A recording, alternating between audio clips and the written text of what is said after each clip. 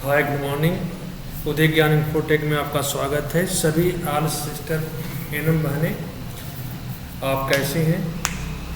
आज हम ये 5वीं क्लास स्टार्ट कर रहे हैं। सामुदायिक स्वास्थ्य केंद्र कर वृत्ति संगठन, detail organisation of community health centre, इसके बारे में बताने जा रहे हैं। मैंने आपको एससी बताया, पीएससी बताया, अब आपको सीएससी बताने जा रहे हैं कि सीएससी क्या होती है, सीएससी में कौन सी सेवाएं होती हैं, सीएससी पर क्या चीज़ लागू होती है, सीएससी कैसे संगठन की जाती है, इसके विस्तार पर मैं आपको बात करूंगा। जैसे आपको दिख रहा होगा कि सामुदायिक स्वास्थ्य केंद्र एंड कम्युनिटी हेल्थ सेंटर, ये थोड़ा सा ध्यान दीजिएगा कि सीएससी का फुल फॉर्म अगर पूछता है या हिंदी में जो भी चीज़ पूछती है तो उसमें आप बेसिकली आपको ध्यान देना है कि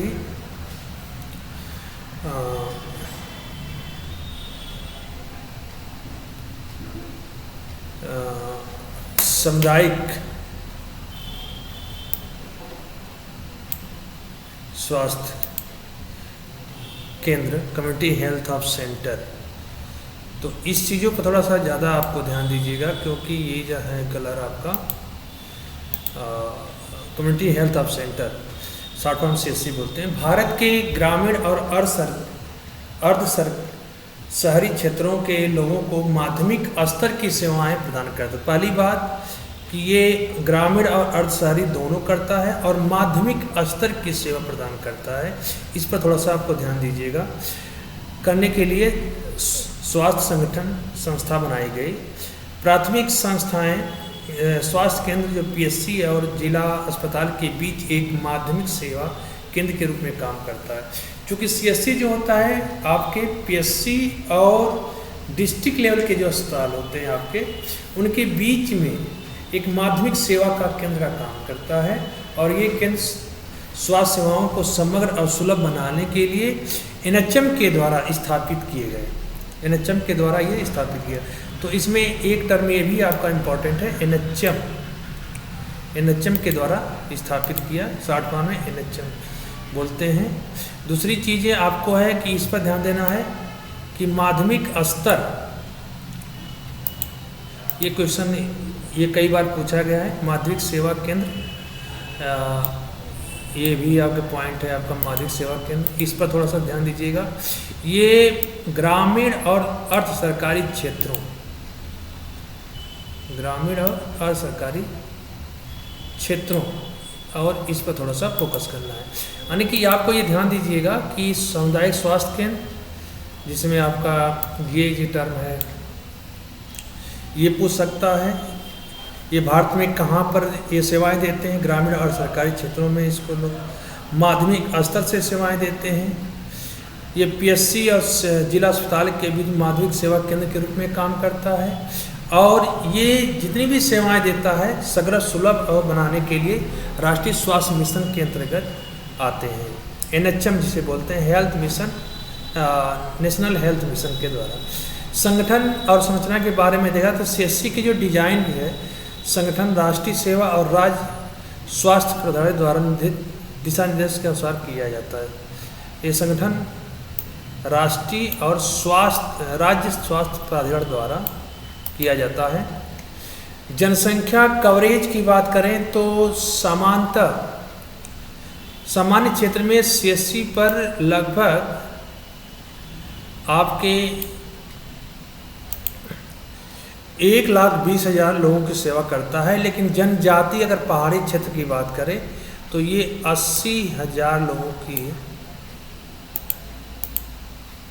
सेवा का प्रदान करता है। तो दोनों में थोड़ा सा अलग है। जनसंख्या कवरेज की बात करेंगे तो बेसिकली आपको समांतर क्षेत्र की बात करेगा तो 1,20,000 की बात करेंगे।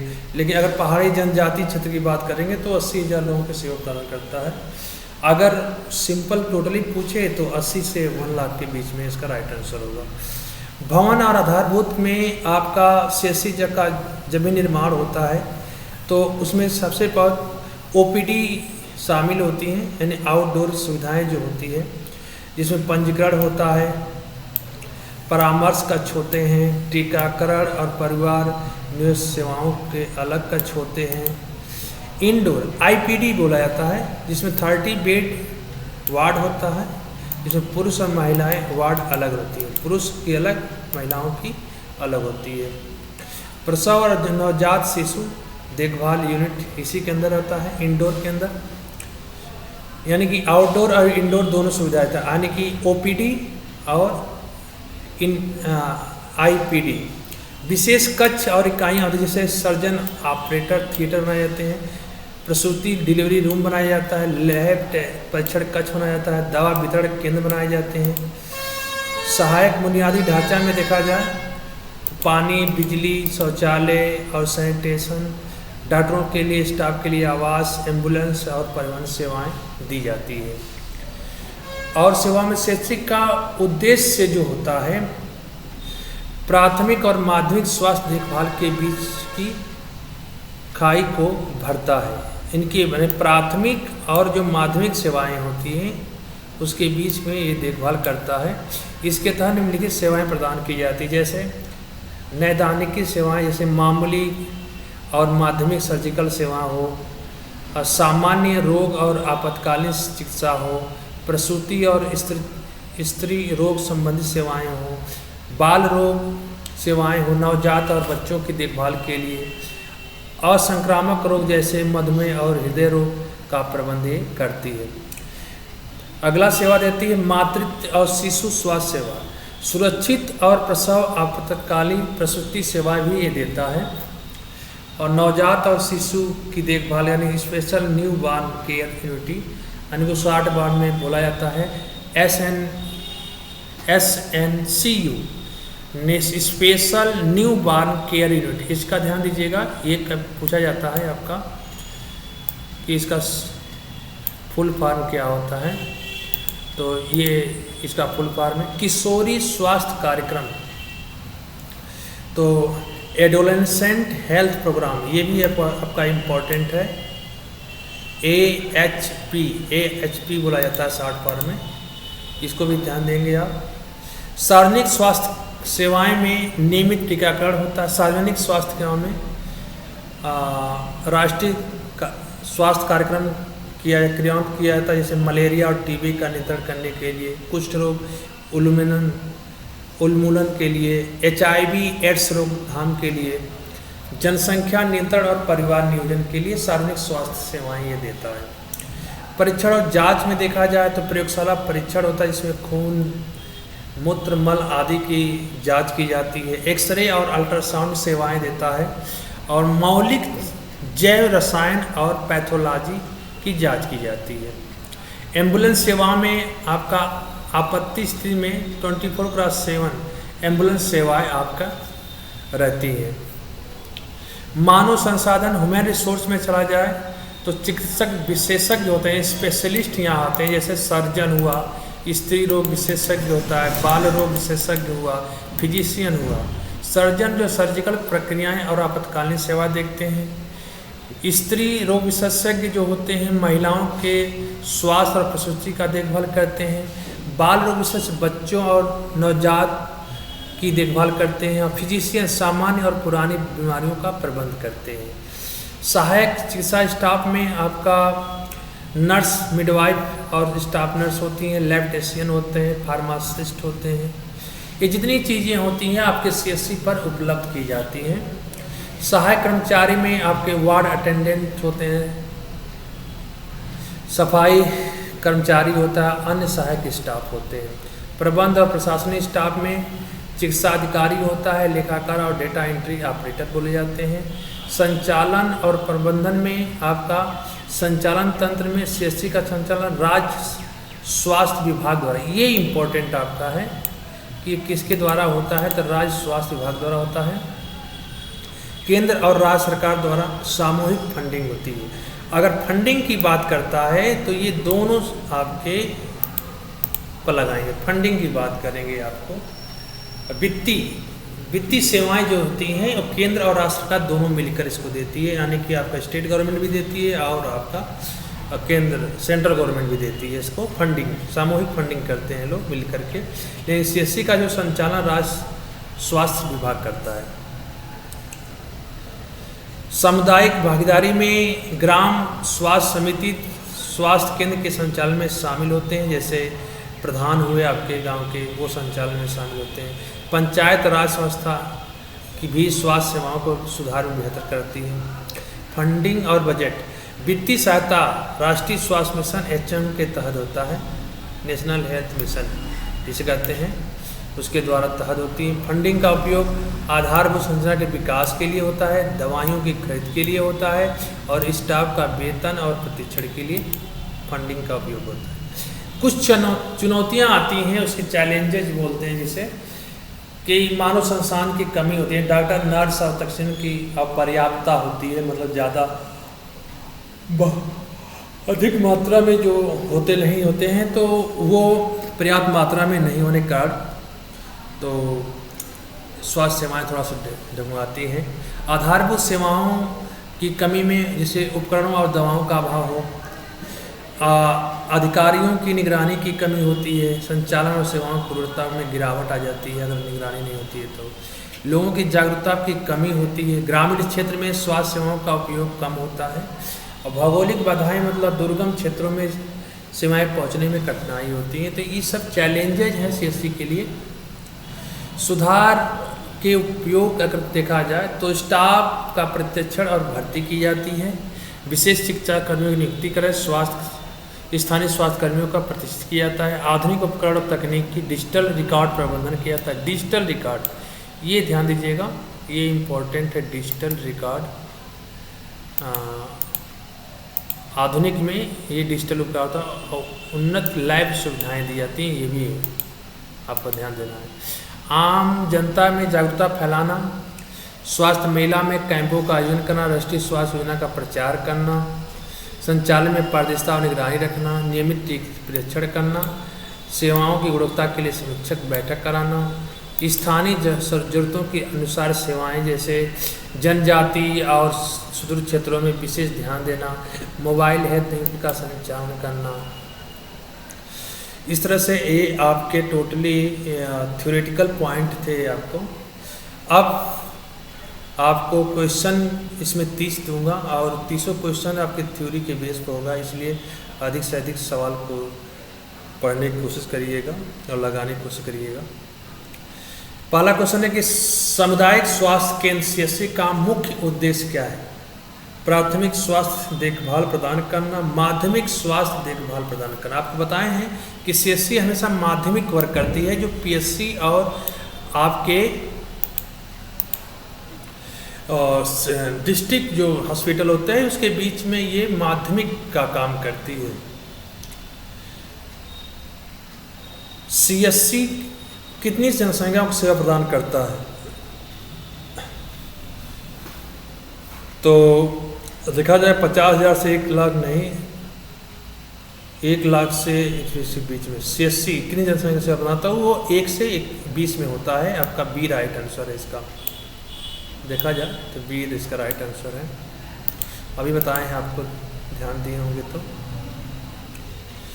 CSC के तहत कितने बेड की क्षमता होती है? तो CSC के तहत जो है आपको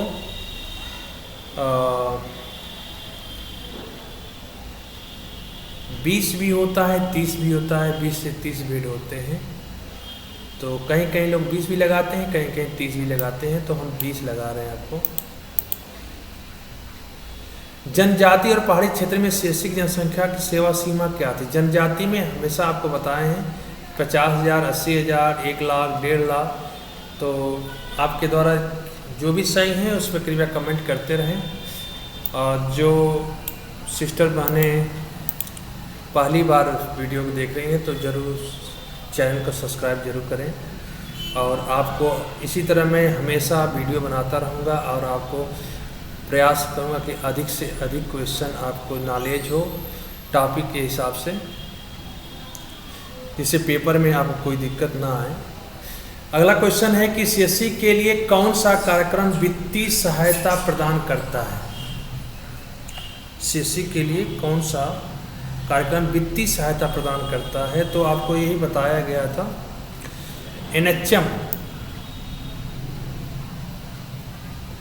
NHM अभी बताए हैं कि वित्तीय मतलब होता है वही कैश की बात हो, तो ये प्रदान करता है आपका। CSC में कितने प्रकार के विशेष डॉक्टर अनिवार्य होते हैं? 4 प्रकार के होते हैं। ये चीज़ पॉइंट है, आपको ध्यान दीजिएगा, सवाल में कई बार पूछा गया है आपको। CSC में ऑपरेशन थिएटर OT का उपयोग किसके लिए होता है? छोटे ऑपरेशन, सामान्य सर्जरी के लिए, आपातकालीन सर्जरी के लिए। तो OT है तो उपयुक्त आपका तीनों सही होगा।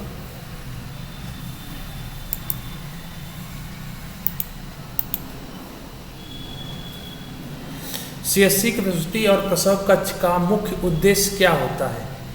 उसका मुख्य उद्देश्य नवजात शिशुओं की देखभाल करना, महिलाओं की सेवाएं, प्रसव सेवाएं देना, जटिल सर्जरी करना, टीकाकरण करना। तो CSC के प्रसूति और प्रसव कक्ष का बेसिकली एक ही चीज़ है, महिलाओं की प्रसव सेवा पर सेवाएं देना। CSC में नियमित टीकाकरण कार्यक्रम किसके तहत होता है? तो आपको अभी बताएं कि CSC में नियमित टीकाकरण कार्यक्रम आपको राष्ट्रीय टीकाकरण कार्यक्रम होता है, national immunisation programme, national immunisation programme होता है।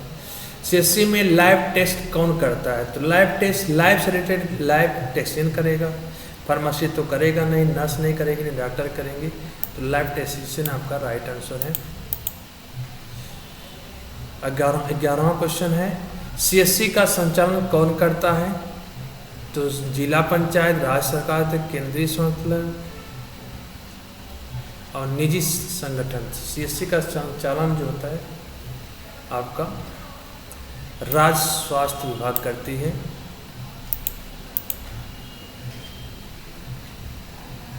CSC की आपातकालीन स्थिति के लिए कौन सी सेवा उपलब्ध है? तो आपातकालीन स्थिति में प्राथमिक उपचार गलत है, ICU गलत है, ऑपरेशन। तो एम्बुलेंस सेवा आपको 108 नंबर की आपको बराबर मिलती है CSC के लिए आपको। अगला क्वेश्चन है कि राष्ट्रीय स्वास्थ्य मिशन NHM का मुख्य उद्देश्य क्या होता है?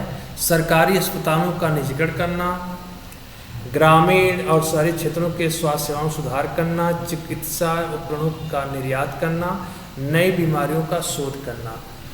जो एनएम सिस्टर बहने वीडियो को देख रहे हैं, कृपया वो अपना आंसर कमेंट में डाल सकती हैं कि क्या सही है, इससे आपको भी पता चलेगा।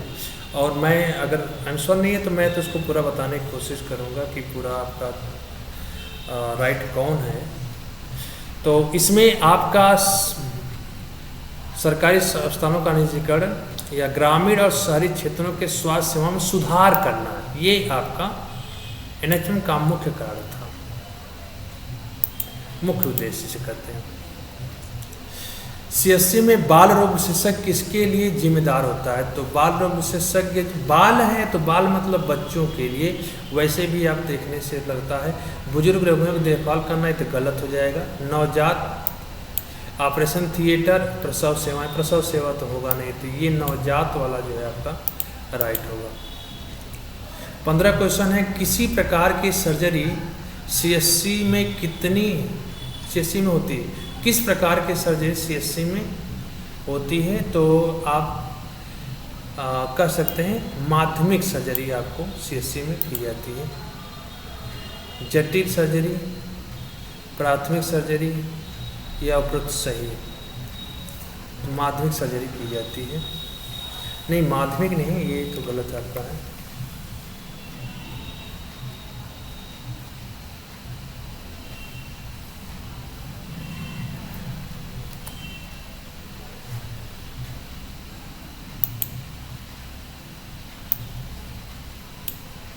माध्यमिक नहीं है तो इसका उपयुक्त सभी होगी, प्राथमिक हो या माध्यमिक, ये सब का करते हैं लोग। CSC में प्रसव के दौरान किसकी उपस्थिति अनिवार्य है? प्रसव के दौरान तो ध्यान दीजिएगा, nurse, midwife, surgeon, pharmacist, lab technician. तो CSC में प्रसव के दौरान आपको नर्स, मिडवाइफ का जरूर आवश्यकता पड़ती है। 17वां क्वेश्चन है, CSC में महिला रोग विशेषज्ञ का कार्य क्या है?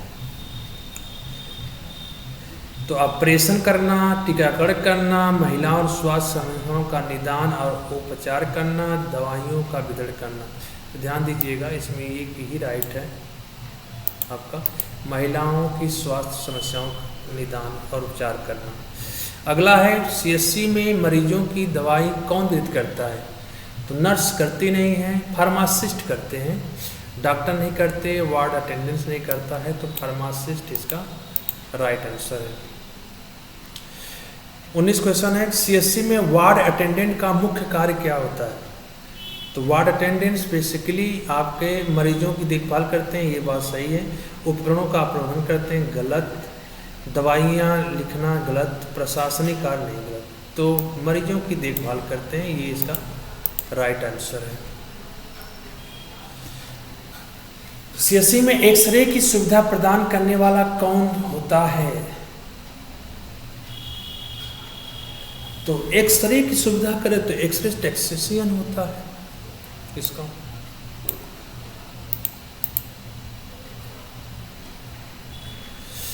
अगला क्वेश्चन है, किस राष्ट्रीय स्वास्थ्य कार्यक्रम में कौन सी बीमारी शामिल नहीं है? मलेरिया होती है, HIV एड्स होता है, कैंसर और पोलियो। इसमें कौन सा ही हो सकता है? कृपया आप लोग लगाइए। मलेरिया होता है, प्रोग्राम राष्ट्रीय स्वास्थ्य कार्यक्रम में आता है। HIV एड्स भी होता है, पोलियो, कैंसर नहीं होता है आपका। CSC में किस प्रकार के मरीज भर्ती किए जाते हैं? प्राथमिक स्तर के मरीज, माध्यमिक स्तर के, तृतीय स्तर के मरीज, या उपरोक्त सभी?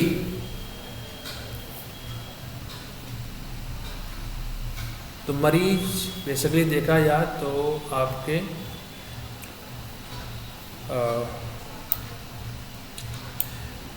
माध्यमिक स्तर के मरीज इसमें किए जाते हैं। अगला है, CSC की निगरानी कौन करता है? जिला चिकित्सा अधिकारी,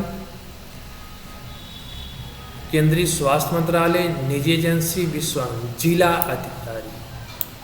ये CSC का निगरानी करता है, CSC का कार्यक्रम कैसा चल रहा है। CSC में कौन सी सेवा अनिवार्य होती है? आयुष उपचार, प्रसव सेवाएं, साक्षरता अभियान, बीमा योजना। साक्षरता अभियान तो होता है भी है, आयुष्मान तो है, बीमा योजना नहीं होती है।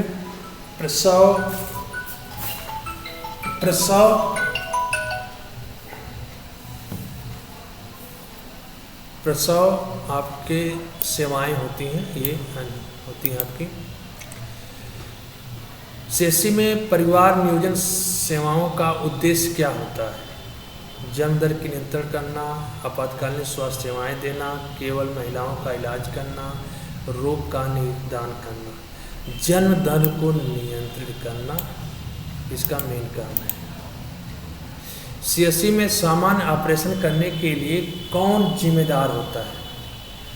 तो सामान्य ऑपरेशन करने के लिए बाल रोग विशेषज्ञ, सर्जन, फिजिशियन, नर्स। सर्जन होते हैं जिम्मेदार।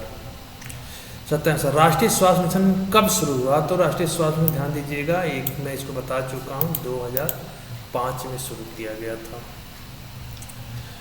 28 किस योजना के तहत CSC में डिजिटल हेल्थ रिकॉर्ड को लागू किया गया? तो डिजिटल हेल्थ है, तो डिजिटल यहाँ भी है, डिजिटल यहाँ भी है, तो दोनों को देख करके आप डिजिटल इंडिया पर टिक लगा दीजिएगा। 29 है, CSC में लैब सुविधा किसके लिए उपयोगी है? रोग निदान के लिए, प्रसव सेवाओं के लिए, ऑपरेशन करने के लिए, मरीजों की भर्ती करने के लिए नहीं, रोग निदान के लिए लैब सुविधाएं आपको दी गई। 30 क्वेश्चन, CSC का निर्माण किस स्तर की जरूरतों को पूरा करने के लिए किया गया है? तो ये सबसे स्टार्ट में ही था, शहरी क्षेत्रों के लिए गलत, महानगरों के लिए गलत, अनुशासन गलत। इसका पहले ही हम बताए थे कि ग्रामीण और अर्ध शहरों के लिए के बेस पर निर्माण किया गया था। तो इस तरह से हमारे टोटली 20 क्वेश्चन कंप्लीट हुए और हम एनम सिस्टर बहनों से अनुरोध जरूर करेंगे कि इस वीडियो को पूरा का पूरा देखें, जिससे अधिक से अधिक क्वेश्चन। मैं अभी तक 30 क्वेश्चन बना रहा हूँ, फिर धीरे धीरे उसको 50 क्वेश्चन में कन्वर्ट करूँगा और जब लास्ट में पेपर हो गए तो मैं इसका 100 क्वेश्चन जो कंप्लीट आएंगे उसको भी मैं आपके तहत रखूँगा। जिसे लेकिन मैं इस तरह टॉपिक से पढ़ा रहा हूँ कि टॉपिक वाइज आप पढ़ते जाइए। जब आपको पूरा हर टॉपिक का नॉलेज हो जाएगा तो मैं आपको मैराथन में 100 क्वेश्चन के कम से कम 5 से 10 आपको टेस्ट कराऊंगा, जिससे 1000 क्वेश्चन आपको मिलेंगे और वो आपके लिए ज़्यादा उपयोगी होगा।